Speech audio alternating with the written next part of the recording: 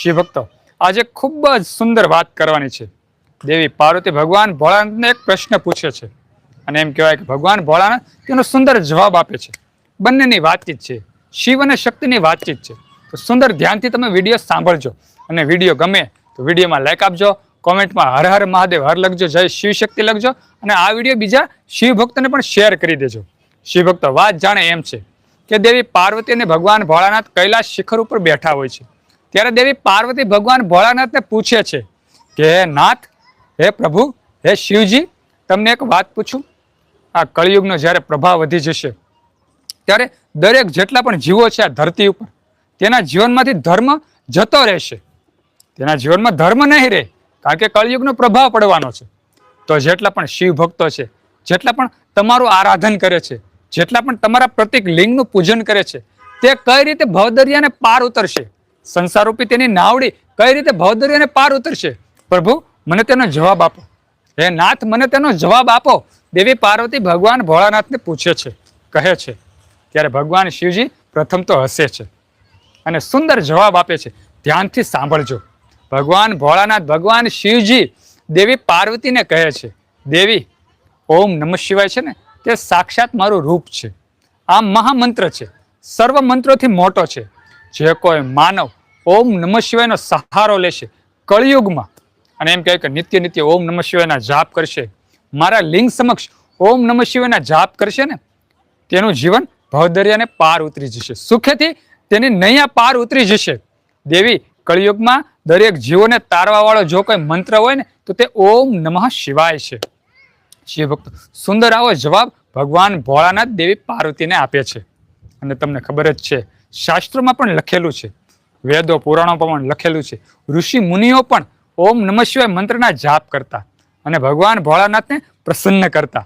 તો આ કળિયુગમાં જો આપણે તરી જવું હોય, ભવદરિયાને પાર ઉતરી જવું હોય તો ખાસ કરી ઓમ નમઃ શિવાય મહામંત્રનું ઉચ્ચારણ કરવું. થોડાક દિવસોમાં પવિત્ર શ્રાવણ મહિનો આવી રહ્યો છે, તો આપણે એક મનમાં નક્કી કરી લેવાનું, ઠાન લઈ લેવાનું કે હું આખો મહિનો શિવલિંગનું પૂજન કરીશ. આખો મહિનો હું મહામંત્ર જે આજે ઓમ નમઃ શિવાય મહામંત્રનું ઉચ્ચારણ કરીશ. નવરાશની પળોમાં એમ કહે કે બીજી લપચપ નહીં કરું, કોઈની સાથે વાર્તાલાપ નહીં કરું. બને ત્યાં સુધી આખો મહિનો, આખો શ્રાવણ મહિનો હું ઓમ નમઃ શિવાયના જાપ કરીશ. આવું મનોમન નક્કી કરી લેવું જોઈએ દરેક હિન્દુ સનાતન ધર્મના લોકોને, જેને ભવદરિયાને પાર ઉતરવું છે તેને. એટલે ખાસ શિવભક્તો, જેટલા પણ આ શિવભક્તો મારી સાથે જોડાયેલા છે, જેટલા પણ હિન્દુ સનાતન ધર્મના લોકો આ મારી સાથે જોડાયેલા છે, તેને મારે એટલું જ કહેવાનું કે તમે ઓમ નમઃ શિવાયનું ઉચ્ચારણ કરો. ઓમ નમઃ શિવાયનું ઉચ્ચારણ છે ને, તે ભવદરિયાને પાર ઉતારવા વાળું છે. તે મંત્ર ખાલી એમ કહેવાય કે ખાલી સામાન્ય મંત્ર નથી, ભલે છે નાનો ઓમ નમઃ શિવાય, પણ તમને ભવદરિયાને પાર ઉતારી દેશે. તમારી નાવડી ડગમગવા નહીં દે, તમારું જીવન દુઃખી નહીં થવા દે, કારણ કે ઓમ નમઃ શિવાય સાક્ષાત ભગવાન મહાદેવનું રૂપ છે.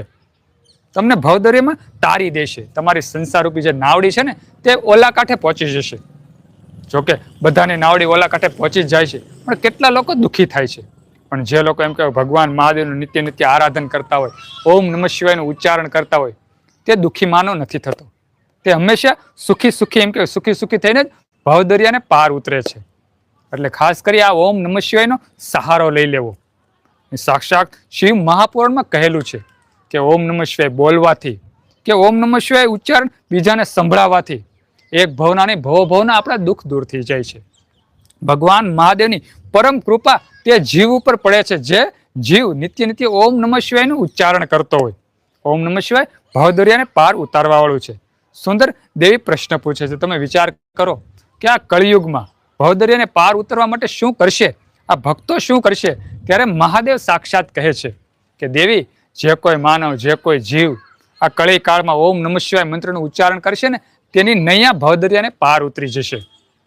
ભગવાન ભોળાનાથે સાક્ષાત કહેલું છે અને તેનું જ રૂપ છે. ઓમ તમે જોવો, બ્રહ્માંડમાં જ્યારે તમે ઓમ નમઃ શિવાયનું ઉચ્ચારણ કરો છો ને, ત્યારે એમ કહેવાય કે તેની ધ્વનિ પૂરા બ્રહ્માંડમાં ગોળ ગોળ ઘૂમે છે. અને એમ કહેવાય કે તેના વળતે પડઘે આપણને સુખોની પ્રાપ્તિ થઈ જાય છે. ભગવાન મહાદેવ આવા ભક્તો પર આશીર્વાદ વરસાવે છે.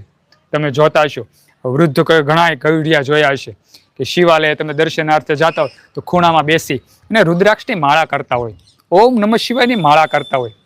પ્રભાવ પડે છે. તેના જીવનમાં બદલાવ આવે છે.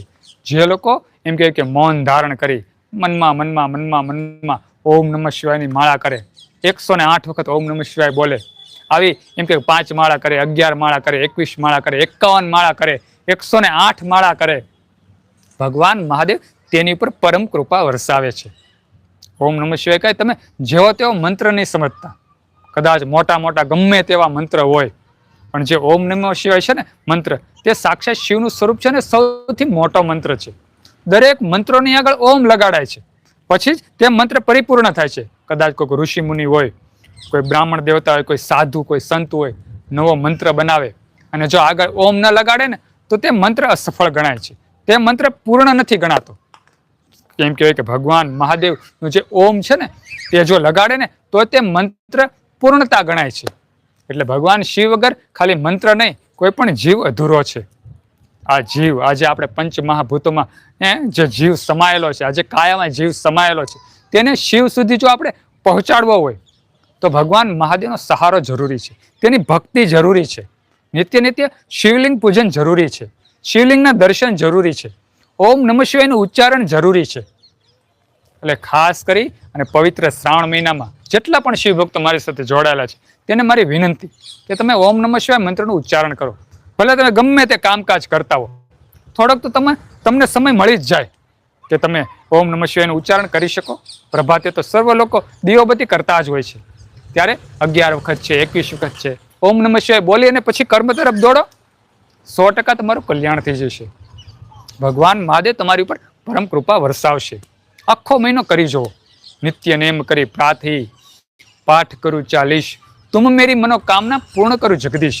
વિચાર કરો, આ કડીમાં સુંદર લખેલું છે કે નિત્ય નેમ કરી પ્રાથી, પ્રભાતે ઉઠી નિત્ય નિત્ય જે કોઈ માનો, જે કોઈ જીવ કોઈ પણ પાઠનું સ્મરણ કરે છે, ભગવાન મહાદેવમય કોઈ પણ સ્ત્રોતનું પઠન કરે છે ને, ભગવાન મહાદેવની કૃપા તેની પર નિરંતર વરસે છે.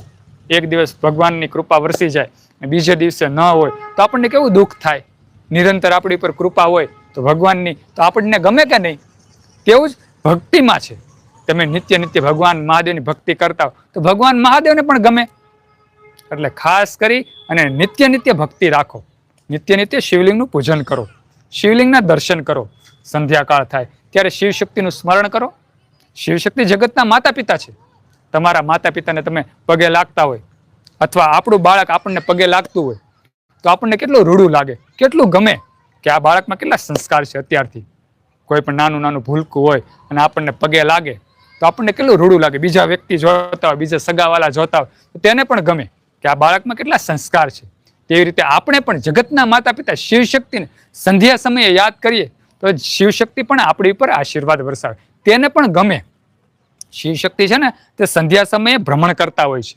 શાસ્ત્રોમાં વર્ણન છે, જ્યારે પણ સંધ્યા ટાણું થાય ને ત્યારે શિવશક્તિ આ ધરતી ઉપર ભ્રમણ કરતા હોય છે કે કયો જીવ સંધ્યાકાળ કરે છે, કયો જીવ મારું નામ સ્મરણ કરે છે. અને જે જીવ, જે વ્યક્તિ, જે માનવ, જે નર નારી શિવશક્તિને સંધ્યા સમયે યાદ કરતો હોય તેની ઉપર તો શિવશક્તિ ખૂબ રાજી થાય છે અને તેની ઉપર પરમ કૃપા વરસાવે છે. તેનું જે સંસારનું જેમ કહેવાય કે જીવન ચક્ર હોય ને તે ખૂબ જ સુંદર રીતે ચલાવે છે. શિવશક્તિ આવા આશીર્વાદ વરસાવે છે. એટલે ખાસ કરી સુંદર એક નાની એવી વાત હતી, શિવશક્તિના પ્રશ્નની વાત હતી અને મહાદેવે સુંદર જવાબ આપ્યો તેની વાત હતી. સુંદર આ વાત જો તમને ગમી હોય તો વિડીયોમાં લાઈક આપજો, કોમેન્ટમાં હર હર મહાદેવ જય શિવશક્તિ લખજો અને આ વિડીયો બીજા આપણા હિન્દુ સનાતન ધર્મના લોકોને શેર કરી દેજો. બધા શિવ ભક્તોને, હિન્દુ સનાતન ધર્મના લોકોને મારા હર હર મહાદેવ હર અને ઓમ નમઃ શિવાય.